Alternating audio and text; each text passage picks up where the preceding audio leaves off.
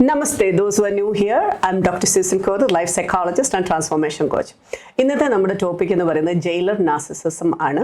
Jailer narcissist ആയിട്ട് ഒരാൾ എങ്ങനെയുള്ള ആളാണ്, അയാൾ എന്തുകൊണ്ടാണ് അങ്ങനത്തെ കുറേ കാര്യങ്ങൾ ചെയ്യുന്നത്, അയാൾ എന്തൊക്കെ കാര്യങ്ങളാണ് ചെയ്യുന്നത്, അയാൾ അങ്ങനെ ചെയ്യുമ്പോൾ നമുക്കുണ്ടാകുന്ന ബുദ്ധിമുട്ടുകളും ആ ഒരു ബുദ്ധിമുട്ടിൽ നിന്ന് നമുക്ക് എങ്ങനെ രക്ഷപ്പെടാം എന്നുള്ളതാണ് നമ്മൾ നോക്കുന്നത്. So let's dive in. അപ്പോൾ സാധാരണ നമ്മൾ കാണാറുണ്ട് ഒരു ജയിലർ എന്ന് പറയുന്ന വ്യക്തി. ആരാണ് ജയിലർ എന്ന് പറയുന്ന വ്യക്തി? അതായത് ഒരാളെ ബലപ്രയോഗത്തിലൂടെ അല്ലെങ്കിൽ അയാൾക്ക് വലിയ താല്പര്യമൊന്നുമില്ല, പക്ഷെ അയാളെ നമ്മൾ കൺഫൈൻമെന്റിലേക്ക്, അതായത് അയാളെ പിടിച്ച് കൺട്രോളിലാക്കി ഒരു ജയിൽ പോലുള്ളതിനകത്താക്കി ഇട്ടിട്ട് അതിനെ മോണിറ്റർ ചെയ്യുകയും മാനേജ് ചെയ്യുകയും ആ വ്യക്തിയെ കംപ്ലീറ്റ് ആയിട്ട് കൺട്രോൾ ചെയ്യുകയും ചെയ്യുന്ന വ്യക്തിയാണ് നമ്മൾ സാധാരണ ജയിലർ എന്ന് പറയുന്നത്. ഇതുപോലുള്ള ചില നാർസിസിസ്റ്റുകളുടെ ബിഹേവിയേഴ്സ് ഉണ്ട്. അപ്പോൾ ഇവരെ ജയിലർ നാർസിസിസം വിളിക്കാൻ കാരണം ഇവരുടെ ബിഹേവിയർ തന്നെയാണ്. ഇവരുടെ വിക്ടിമിനെ അതുപോലെ ഒരു അവരുടെ ആ ഒരു വീട്ടിലോ അല്ലെ എവിടെയാണോ അവിടെ തളച്ചിടും. എന്നിട്ട് അവരുടെ കൺട്രോളിൽ മാത്രമാണ് അവരുടെ മൂവ്മെന്റ്സ് എല്ലാ മൂവ്മെന്റ്സും എവറിത്തിങ് വിൽ ബി കൺട്രോൾ. ഈ വിക്ടിമിനെ കംപ്ലീറ്റ് ആയിട്ട് ഒരു ജയിലിലാക്കുന്ന പോലെ അവരാക്കും.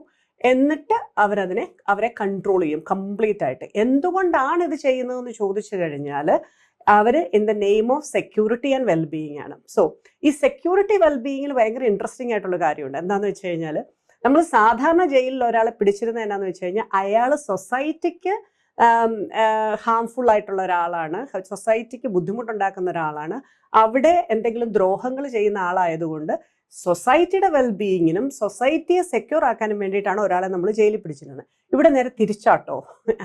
ഈ ജയിലർ നാർസിസ് എന്തുകൊണ്ടാണ് അങ്ങനെ പ്രവർത്തിക്കുന്നത് എന്ന് പറഞ്ഞ് ഒരാളെ കൺഫൈൻഡ് ചെയ്തിട്ട് ഒരു പെർട്ടിക്കുലർ ഒരു വീട്ടിലാണെങ്കിൽ, നമുക്കിപ്പോൾ വീടെന്ന് എടുക്കാം, വീട്ടിൽ അവിടെ ആ വീടിനകത്തുനിന്ന് പുറത്തു പോകാതെ അവിടെ ആക്കിക്കൊണ്ട് ഒരു സെക്യൂരിറ്റി റീസൺ പറഞ്ഞ് അവരെ അതിനാക്കുന്നതുകൊണ്ട് മൊത്തം മൂവ്മെന്റും കൺട്രോൾ ചെയ്യുന്നത് അവരുടെ വെൽബീയിങ്ങിന് വേണ്ടിയിട്ടാണ്. അതായത് നിങ്ങൾക്ക് സൊസൈറ്റിയിൽ നിന്നും മറ്റുള്ളവരിൽ നിന്നൊക്കെ ആപത്ത് വരും, അതുകൊണ്ടാണ് നിങ്ങളെ ഞാൻ ഈ ഒരു വീട്ടിൽ ഇങ്ങനെ അടച്ച് അല്ലെങ്കിൽ അടച്ചിടുകയല്ല, അതിനകത്തൂടെ സ്വാതന്ത്ര്യമുണ്ട്. ശരിക്കും ജയിൽ പോലെ തന്നെ. ജയിലിന്റെ മതിലിനകത്ത് നമുക്ക് സ്വാതന്ത്ര്യമുണ്ട് അല്ലേ? ഇവർക്കും വീടിന്റെ മതിലിനകത്ത് ഇവർക്ക് സ്വാതന്ത്ര്യമുണ്ട്, ഇല്ലെന്ന് പറയാൻ പറ്റില്ല. നല്ല സ്വാതന്ത്ര്യം അതിനകത്ത് തുടങ്ങാം. പക്ഷെ അതിന്റെ പുറത്തേക്ക് ഇറങ്ങുക എന്ന് പറയുന്നത് അവർക്ക് പെർമിഷനും ഭയങ്കരമായിട്ട് അവർക്ക് പേടിയാ ചോദിക്കാൻ തന്നെ, ഒന്ന് പുറത്തേക്ക് പോകണമെന്നോ എന്തെങ്കിലും പറയാൻ തന്നെയായിട്ട്. അപ്പം അങ്ങനെ വരുമ്പോഴത്തേനും ഉണ്ടാകുന്ന ബുദ്ധിമുട്ട് ഭയങ്കര വലുതാണ് നമ്മുടെ വിക്ടിംസിന്. അവർക്ക് എന്താ ചെയ്യേണ്ടതെന്ന് പോലും അറിയത്തില്ല. അവരങ്ങനെ ഒരു കൺഫൈൻമെന്റിലാണെന്നുള്ളത് പോലും അവർക്ക് അറിയില്ല. അപ്പം ആ ഒരു ജയിലിനകത്തെ പോലത്തെ അറ്റ്മോസ്ഫിയറിലാണ് എന്നുള്ളത് അവരെ കൊണ്ട് തോന്നിക്കാതിരിക്കാൻ വേണ്ടിയിട്ട് കുറേ ലവ് ബോംബിങ്ങും പല കാര്യങ്ങളും, ഞാൻ നിന്നെ പ്രൊട്ടക്ട് ചെയ്യാണ്, നിന്നോടുള്ള സ്നേഹം കൊണ്ടാണെന്നുള്ള രീതിയിലൊക്കെ ഇവരാക്കും.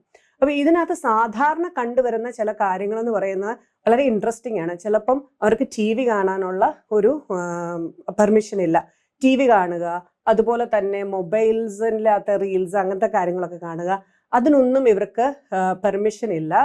അത് പെർമിറ്റഡ് എന്ന് പറയുന്നത് ചില പ്രോഗ്രാംസ് അത് ഈ നാർസിസിസ്റ്റിക് ആയിട്ടുള്ള ആൾ കാണുന്ന സമയത്ത് അവരുടെ കൂടെ ഇരുന്ന് കാണാനുള്ള പെർമിഷൻ മാത്രമേ കാണത്തുള്ളൂ. അതിന് പറയുന്ന റീസൺ എന്ന് പറയുന്നത് TV-യിലെ എല്ലാ കാര്യങ്ങളും നല്ലതല്ല, നമുക്ക് പല കാര്യങ്ങളും നമ്മളെ മോശമാക്കുന്ന രീതിയിലുള്ള കാര്യങ്ങൾ വരാറുണ്ട്. പിന്നെ നമ്മുടെ കണ്ണ് വളരെ മോശം, നമ്മുടെ കണ്ണ് കേടാവും. അതുപോലെ തന്നെ ചിലര് ബുക്ക് റീഡ് ചെയ്യുന്നതെന്ന് ഇവരെ സ്റ്റോപ്പ് ചെയ്യും. ബുക്ക് റീഡ് ചെയ്യുന്നത് എന്നാന്ന് വെച്ച് കഴിഞ്ഞാൽ ഒത്തിരി നേരം ബുക്ക് റീഡ് ചെയ്ത് കഴിഞ്ഞാൽ നമുക്ക് ഭയങ്കരമായിട്ട് ബുദ്ധിമുട്ട്. എന്തെങ്കിലും വേണമെങ്കിൽ ഞാൻ പറയാം, എന്നോട് ചോദിച്ചാൽ മതി, ഞാനത് റീഡ് ചെയ്തതാണ്. അതുപോലെ അവർ പറയുന്ന ഒരു കാര്യമാണ്, നമ്മൾ സ്റ്റിച്ച് ചെയ്യുന്നവർ, നമ്മൾ ഫാബ്രിക് പെയിന്റിങ് ചെയ്യുന്നവർ, അതുപോലെ നല്ല ഡെക്കറേറ്റീവ് സ്റ്റിച്ചസ് ചെയ്യുന്നവർ, നമ്മൾ ഫാഷൻ ഡിസൈനിങ് ഒക്കെ കഴിഞ്ഞിട്ട് നമുക്ക് മെഷീനിലാണെങ്കിലും തയ്ക്കാനൊക്കെ കഴിവുള്ളൂ. അവരോടൊക്കെ പറയും അതൊന്നും അധികം ചെയ്യാൻ പാടില്ല, നീ അങ്ങനെ പെയിന്റ് ഒക്കെ ചെയ്ത് കഴിഞ്ഞാൽ നിന്റെ ഐസ് ഒക്കെ ഭയങ്കരമായിട്ട് സ്പോയിലാകും, നിന്റെ കാഴ്ചയെ ബാധിക്കും, അതുപോലെ തന്നെ സൂചി കത്രിക ഇതൊക്കെ നിനക്ക് ചിലപ്പം മുറിവുകൾ തരും എന്നൊക്കെ ആയിരിക്കും പറയും. ഇതെല്ലാം നമ്മളോട് പറയുന്നത് എനിക്ക് നിന്നോട് കരുണയുണ്ട്, എനിക്ക് നിന്നോട് ഭയങ്കര പ്രൊട്ടക്ഷൻ, എനിക്ക് നിന്നെ ഭയങ്കര ഇഷ്ടമാണ്, നീ അങ്ങനെയൊന്നും ആകുന്നത് എനിക്ക് ഇഷ്ടമല്ല എന്നുള്ള രീതിയിലായിരിക്കും നമ്മളെ ഗ്യാസ് ലൈറ്റ് ചെയ്ത് വെച്ചിരിക്കുന്നത് അല്ലെങ്കിൽ മാനിപ്പുലേറ്റ് ചെയ്ത് വെച്ചിരിക്കുന്നത്. അതുപോലെ തന്നെ അവർ പറയുന്ന ഒരു കാര്യമാണ്, പുറത്തുള്ളവരോട് സംസാരിക്കാൻ പാടില്ല. Don't talk with others because എല്ലാവരും നല്ലവരല്ല, നമുക്കറിയില്ല, നിനക്കാണെ ഒരു മനുഷ്യനെ മനസ്സിലാവില്ല. അതുപോലെ തന്നെ നീ പല കാര്യങ്ങൾ പറയും, നിന്റെ മനസ്സിൽ ഒന്നും ഇരിക്കത്തില്ല. ചിലപ്പോൾ നീ ചില കാര്യങ്ങൾ പറയുന്നതൊക്കെ ഭയങ്കരമായിട്ട് ബുദ്ധിമുട്ടായിട്ട് വരും. അവർ പല കാര്യങ്ങളും നിന്നിൽ നിന്ന് പിടിച്ചെടുക്കാൻ നോക്കും എന്നൊക്കെ പറയും. അപ്പോൾ അവിടെ നമ്മളോട് പറയുന്നത് മറ്റുള്ളവർ ഭയങ്കര നല്ല ആളുകളൊന്നുമല്ല, അതുകൊണ്ട് നീ അവരുമായിട്ടൊന്നും ഇൻട്രാക്ട് ചെയ്യാൻ പോകരുത് എന്നുള്ള രീതിയിൽ പറയും. ഇത് പലപ്പോഴും നമുക്ക് ഈ മറ്റുള്ളവരോട് മറ്റുള്ളവർ ഇൻട്രാക്ട് ചെയ്ത് പറഞ്ഞാൽ ഇവർക്കൊക്കെ പല രീതിയിലുള്ള ചിലപ്പം എക്സ്ട്രാ മാരിറ്റൽ അഫയേഴ്സോ പല കാര്യങ്ങളൊക്കെ കാണും. ഇതിന്നൊക്കെ മറന്നു വയ്ക്കാൻ വേണ്ടിയിട്ടും കൂടി ആയിരിക്കും പലരും ഇങ്ങനത്തെ കാര്യങ്ങളൊക്കെ പറയുന്നത്. അതുപോലെ തന്നെ അവർ പറയും നെവർ ഗോ ഔട്ട് അലോൺ, നീ ഒറ്റയ്ക്ക് പുറത്തു പോകാൻ പാടില്ല, കാരണം പുറത്തെല്ലാം ഭയങ്കര ഡേഞ്ചറാണ്, നിനക്ക് വേണ്ടിടത്തെല്ലാം ഞാൻ കൊണ്ടുപോകും, ഞാൻ എല്ലാത്തിനും ഞാൻ കൂടെയുണ്ട്, എവ്രിതിങ് ഐ വിൽ ഡു. അത് ജയിലിൽ പോകുന്ന പോലെ അല്ലേ, ജയിലിൽ നിന്ന് പുറത്തിറങ്ങണമെങ്കിൽ പോലീസുകാരോ ആരെങ്കിലും കൂടെ വേണം. അപ്പം ഒന്നില്ലെങ്കിൽ ഇവർ പുറത്ത് പോകണമെങ്കിൽ ഇവർ പറയുന്നത് ഞാൻ നിന്റെ കൂടെ ഉണ്ടാവും, അപ്പം എൻ്റെ കൺട്രോളിലാണ് നീ, അതല്ലെങ്കിൽ ഞാൻ പറയുന്ന ആൾ നിന്റെ കൂടെ കാണും. അപ്പം ആരെയാണോ അവരെ ഏൽപ്പിച്ചു വിടുന്നത് അവരുടെ കൂടെ പോവുക, അതുപോലെ തന്നെ തിരിച്ചു വരിക. ഇങ്ങനെയാണ് അവർ പറയുന്നത്. കാരണം നിന്റെ വെൽബീയിങ് എനിക്ക് ഭയങ്കര ഇമ്പോർട്ടൻ്റ് ആണ്, നിന്നെ ഞാൻ പ്രൊട്ടക്റ്റ് ചെയ്യുകയാണ് എന്നുള്ള രീതിയിലാണ് അവർ പറയുന്നത്. അപ്പോൾ അവരോട് ചോദിച്ചു കഴിഞ്ഞാൽ പുറത്ത് പോകാമോ? പുറത്ത് പോകാം. നമുക്ക് ഇടയ്ക്ക് പരോളൊക്കെ കിട്ടുന്ന പോലെ നമുക്ക് പുറത്ത് പോകുന്നൊരു പ്രശ്നമൊന്നുമില്ല. നമുക്ക് എന്തെങ്കിലും ആവശ്യമുണ്ട്, വീട്ടുകാർക്കൊരു ആവശ്യമുണ്ട്, ജയിലിൽ നിൽക്കാനല്ല, ഒരു ആവശ്യം വന്നു കഴിഞ്ഞാൽ പെട്ടെന്ന് വീട്ടിലേക്ക് പോകണം, അങ്ങനത്തെ ഇതിനൊക്കെ വിടും. അപ്പം അതിനകത്ത് ഒരു പ്രൊബേഷൻ ഓഫീസറുടെ എപ്പോഴും ഒരു സർവൈലൻസിലായിരിക്കും നമ്മൾ പോകുന്നത്. എന്ന് പറഞ്ഞ പോലെ ഇവരുടെ ആളുകളുടെയോ സർവൈലൻസിലായിരിക്കും നമ്മൾ പോകുന്നത്, അങ്ങനെയുള്ള വിക്ടിംസ്.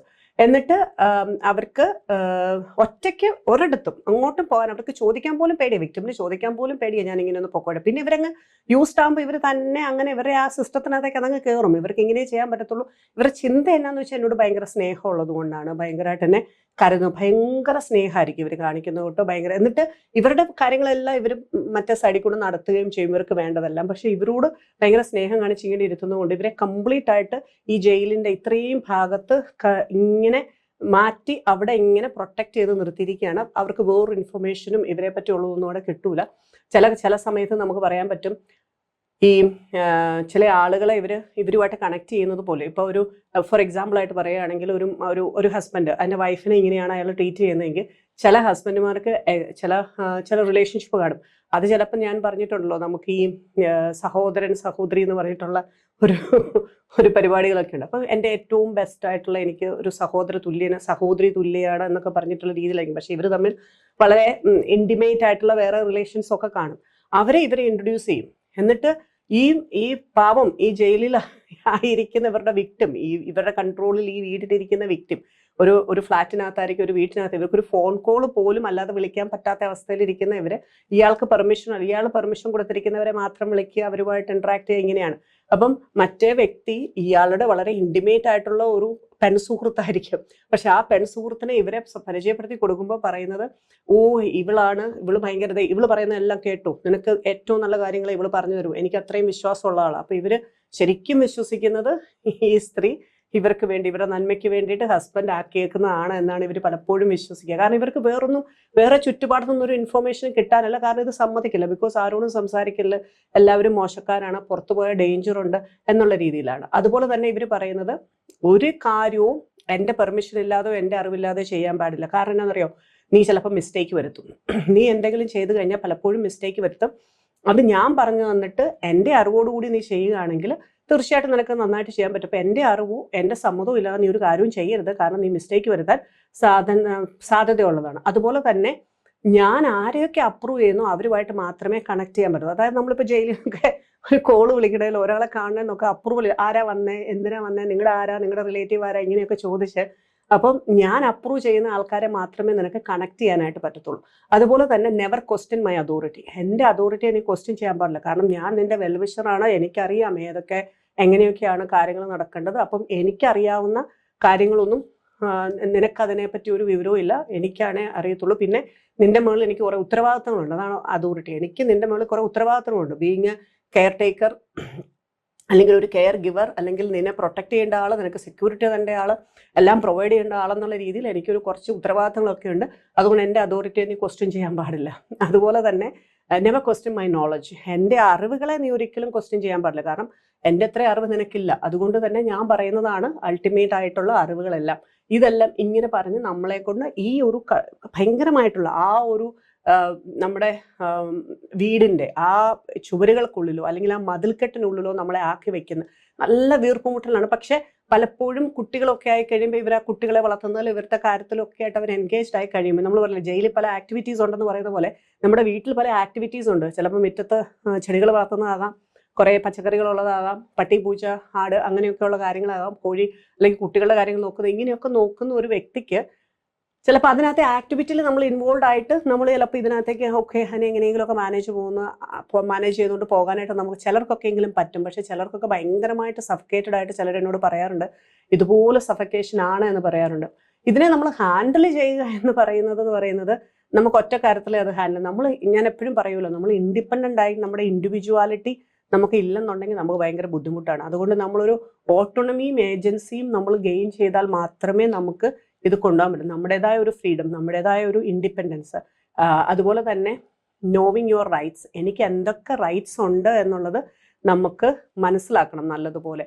അതല്ലാതെ എല്ലാ റൈറ്റ്സുകളും മറ്റൊരാളിലേക്ക് കൊടുത്തിട്ട് നമ്മൾ ഇരിക്കുകയാണെങ്കിൽ അത് നമുക്ക് നമ്മുടെ റൈറ്റ്സിനെ പറ്റി പലപ്പോഴും ഒരു അണ്ടർസ്റ്റാൻഡിങ് ഇല്ലാത്തത് കൊണ്ടായിരിക്കും നമ്മൾ അങ്ങനെ ചെയ്യുന്നത്. അതുപോലെ തന്നെ നമുക്ക് അസേർട്ടീവായിട്ടൊന്ന് കൺഫ്രണ്ട് ചെയ്യാൻ അറിയണം. അതെന്താ അങ്ങനെ, ഞാൻ ചെയ്തത് എന്ത് പറ്റും, ഇല്ലല്ലോ ഇതിങ്ങനെ ചെയ്തപ്പോൾ ശരിയായല്ലോ, അല്ലെ എനിക്കിങ്ങനെ ചെയ്യാൻ പറ്റുമല്ലോ, ഞാൻ അവരോട് സംസാരിച്ചപ്പോൾ കുഴപ്പമൊന്നുമില്ല, ഞാൻ കൺട്രോളായിട്ട് തന്നെ സംസാരിക്കുന്നത്, വേറെ പ്രശ്നമൊന്നും ഉണ്ടാകാറില്ല എന്നുള്ള രീതിയിലേക്ക് ചെറുതായിട്ടൊന്ന് അസേർട്ടീവായിട്ട് രീതിയിലൊന്ന് കൺഫ്രണ്ട് ചെയ്യാൻ പറ്റുക.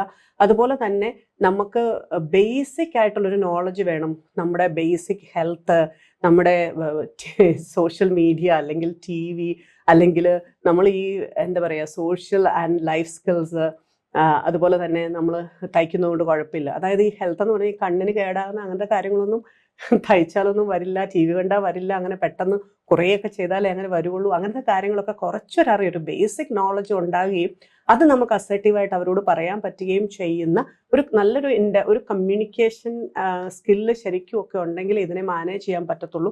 അതല്ലെങ്കിൽ പിന്നെ നമുക്ക് ഇതിനകത്തൂടെ പോവുക. കാരണം ഇവർ ഭയങ്കര സ്നേഹത്തിലാണ് ഇതൊക്കെ ചെയ്യുന്നത്. പുറത്തൊരാളോട് പറഞ്ഞു കഴിഞ്ഞാൽ തന്നെ അവർ പറയുന്നത് എന്താ സ്നേഹം, നിനക്ക് എന്തൊക്കെയാ ചെയ്തു തരാം, നിനക്ക് എന്താ ചെയ്തു തരാത്തെ, നിനക്ക് പുറത്ത് പോകണമെങ്കിൽ അവൻ കൊണ്ടുപോകണില്ലേ, നിനക്ക് വാങ്ങിച്ച് തരുന്നില്ലേ, നിനക്ക് അങ്ങനെ ചെയ്യുന്നില്ലേ, നിന്നെ ഇങ്ങനെ ചെയ്യുന്നില്ലേ എന്നുള്ള രീതിയിലാവുമ്പോൾ നമുക്കിത് വളരെ ബുദ്ധിമുട്ടാവും. ഇതിനകത്ത് ഒറ്റ കാര്യമുള്ളൂ, നിങ്ങൾക്ക് ഫ്രീഡവും ഒന്നും കാണില്ല, നിങ്ങളെ നല്ലപോലെ സംരക്ഷിക്കും, നിങ്ങളോട് ഭയങ്കര സ്നേഹമായിരിക്കും, നിങ്ങൾ അതിനകത്ത് ഒതുങ്ങി നിന്ന് കഴിഞ്ഞാൽ ഒരു പ്രശ്നവും വരത്തില്ല. അപ്പോൾ ഒരു ജയിലിനകത്തെ പോലെ ഏറ്റവും നമ്മൾ പറയുന്നത് നല്ല നടപ്പുള്ള ഒരാളായിട്ട് അതിനകത്തോടെ പോയി കഴിഞ്ഞാൽ നിങ്ങൾക്ക് പ്രശ്നമൊന്നും വരത്തില്ല.